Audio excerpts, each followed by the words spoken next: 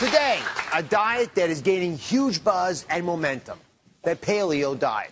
Now, followers say they are shedding drastic amounts of weight and are warding off debilitating diseases. But what's the trick? You have to eat like our Stone Age ancestors. If you think that means eating hunks of meat off the bone, or if this sounds like man food, well, think again. Even I was surprised to learn what it means to eat paleo. It spawned dozens of books, nearly all bestsellers, and hundreds of blogs, message boards, and magazine articles. So what has everyone so excited about a diet based on cavemen and Stone Age times? The paleo diet promises you'll easily lose your unwanted pounds, and it could ward off debilitating diseases like diabetes, heart disease, and even some cancers. Dr. Loren Cordain, a researcher of evolutionary medicine, has spent his career studying the diet of our ancestors and spun the phenomenon into motion. He focused on the connection between living off the land and longevity. Dr. Cordain believes eating wild plants and animals is your prescription for optimum health. But if you're worried about eating hunks of meat and think this is not for you, that's where Paleoista Nell Stevenson comes in. She's adapted the paleo diet for every modern woman and says she can help you get the weight off. No hunting gear required. Dr. Loren Cordain, author of The Paleo Diet, and Nell Stevenson, author of Paleoista, are here. So, Dr. Cordain, you argue that every single woman in America ought to be on the paleo diet. And what is it about the paleo diet that excites you as a scientist? Why should it work when so many other diets have failed America? It's got many characteristics that combine all of the best ideas we've ever had about nutrition. So, for one, it's a high-protein diet, a low glycemic load diet, and we know that those characteristics of diet are perhaps the best way to get weight off and to keep it off. Secondly, it's very high in fruits and vegetables that contain healthy phytochemicals, vitamins, and minerals, which tend to promote immune function and make us a lot healthier. It's also very high in long-chain omega-3 fatty acids, which help to calm down inflammation. And there are multiple characteristics beyond that, but those are the major ones. So, Nell, show us what kinds of foods are on the paleo diet. I brought some samples here, and just walk us through what would typically be on this diet. Yes, absolutely. Lovely protein. We have free-range poultry, grass-fed meats, wild salmon, local organic produce, lots of veggies and fruit. And then healthy fats from coconut oil, olive oil, and avocado, and also some raw nuts in moderation. So if I compare this to a typical low-carb diet, and there are several out there now, how is this different? To be clear, it's not the Atkins diet. You're not walking around all day eating hunks of bacon and pieces of cheese. It's actually really balanced, and you're getting a nice amount of local produce in every meal. Well, I must say, I often thought the paleo diet was Fred Flintstone. Yeah. Taking that big hunk of meat that rolled over his car. Exactly. So I see the meat part of it, but for example, there's no dairy on here. Is dairy in this program? No, there are no inflammatory foods. So there's no dairy, no grains, no legumes, no refined sugars. Basically, everything you're eating should be whole, fresh food, nothing in a package or a wrapper. And the reason I say that is because most of the things you're going to find in a wrapper are highly processed. Well, let me ask Dr. Cordain a question. We'll have a seat here.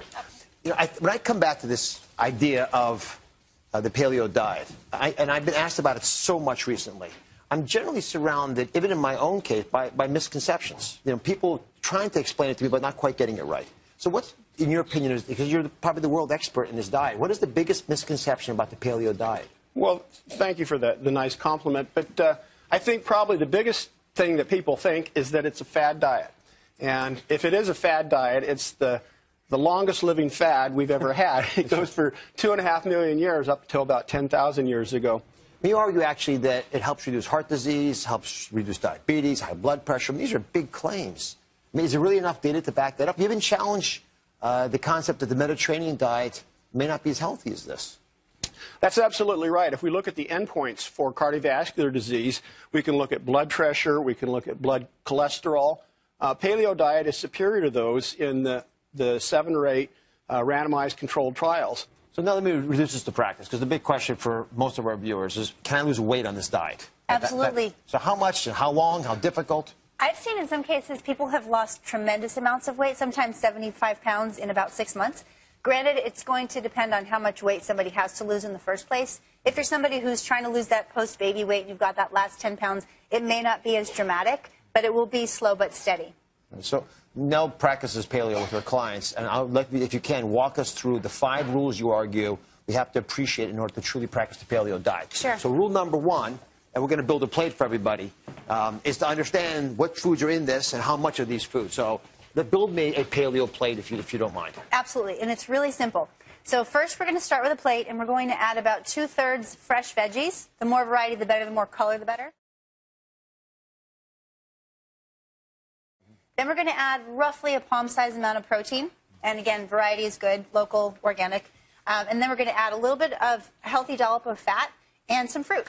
That's the balance. That's the fruit, the plate that you should look at for every meal in the day. All right, so normally when I give advice, I say 7 fistfuls of fruit and vegetables. I don't divide them up. Yet you actually specifically say, a little bit more than half of your plate needs to be vegetables, and you make the fruit portion much smaller. Why is that? Yeah, the reason is really simple. If I don't specify to clients to make the fruit part of it, they tend to eat only fruit and eat fruit all day long and no veggies. And I really want to stress how important it is to get lots of veggies into your diet. Even more than the fruits? Yes, definitely. All right, so those of you who eat big bunches of bananas and you think that counts, you're actually saying we be a bit more rational about Balance, exactly. Inflammatory foods. They're not in there. So what are they? Define what we can't eat that's inflammatory. So the inflammatory foods are all grains, all dairy, all legumes, and that's beans, including soy and peanuts, and all refined sugars. So basically, it's nothing in a wrapper. I must say, I tell people all the time to eat 100% whole grain foods, to have legumes, beans, which I always thought was a pretty good source of protein. I mean, that's on your don't touch list? Exactly. I mean, the obvious question I've got to ask is, what about vegetarians? Weren't prehistoric men and women primarily vegetarians? Actually not. The data from our laboratory, we've looked at 229 hunter-gatherer societies, and it shows that the average meat intake was about 55% of calories, and the balance came from plant foods. You are kidding me. Nope. So prehistoric humans were primarily meat eaters, despite what we might think, according to what you're telling me. That's exactly what the science is showing, and so it's kind of reversing some of these concepts that we've had over the years. I want to have you call my wife right after the show. You can break the news to her.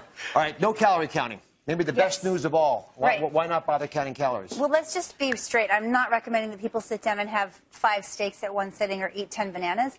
The idea is if you follow the paleo plate template through all your meals during the day, you're going to have small, balanced meals. Your energy level is going to be through the roof. You're not going to have those blood sugar spikes and crashes, and everybody can identify with that, and they get busy and end up eating the rest of their children's goldfish crackers. Right. So we want to be, you're actually going to be ahead of that curve and keep everything balanced, so you're not going to actually be in a position where you're going to want to get those junky foods in the first place.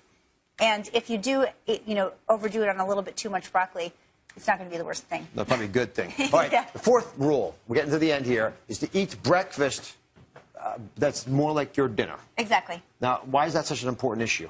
Well, most of us are raised with the idea that breakfast is a grain festival. So we're doing refined carbohydrates in the form of bagels and cereals. We need to throw that out the window because it's not getting us anywhere. So ladies, don't be afraid of meat for breakfast. Take advantage of leftovers from dinner. Maybe use some of the leftover steak in your breakfast. Take the chicken, take the turkey. Have that as part of your breakfast. It's really, really important. In fact, anything really that you have on this table right here could be a reasonable breakfast alternative rather than what we've gotten accustomed to. Absolutely. All right, and the 5th rule, listen very carefully, this is a favorite part for many of you, is you get to have 3 cheat meals a week. Now, how are cheat meals part of any kind of a program? Well, this is the idea, and to be clear, I do recommend everybody gives it at least a 30-day try. I think it's less daunting that way, so you can really reap the benefits of it. But if you think about the fact that we're eating 21 meals per week, and if you have 3 of them as non-paleo meals, if that's part of your process to get paleo, then that makes it more approachable for a lot of people. Try the 30 days, see how you feel, and then if you want to test something afterwards and see how your body reacts, you might actually find that lots of the things you've eaten all the time are actually making you feel quite ill.